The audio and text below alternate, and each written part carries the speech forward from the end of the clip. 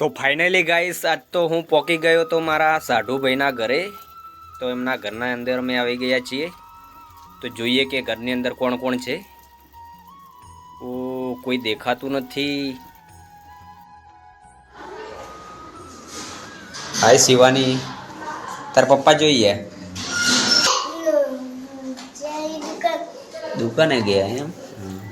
તો એમના પપ્પા દુકાને ગયા છે અને એમની મમ્મી કિચનમાં રસોઈ બનાવી રહી છે। તો એટલી વાર આપણે છોકરાઓ લઈને ધાબા પર જઈએ થોડી મોજ મસ્તી કરવા। તો વિડીયોમાં બન્યા રહેજો દોસ્તો। તો ફાઇનલી ગાઈસ અમે ધાબા પર આવી ગયા છીએ અને છોકરાઓ મોજ મસ્તી કરી રહ્યા છે। ત્યાં તો અમારા છોટું પણ પીપોળું વગાડી રહ્યા છે લાઈવ તમે જોઈ શકો છો।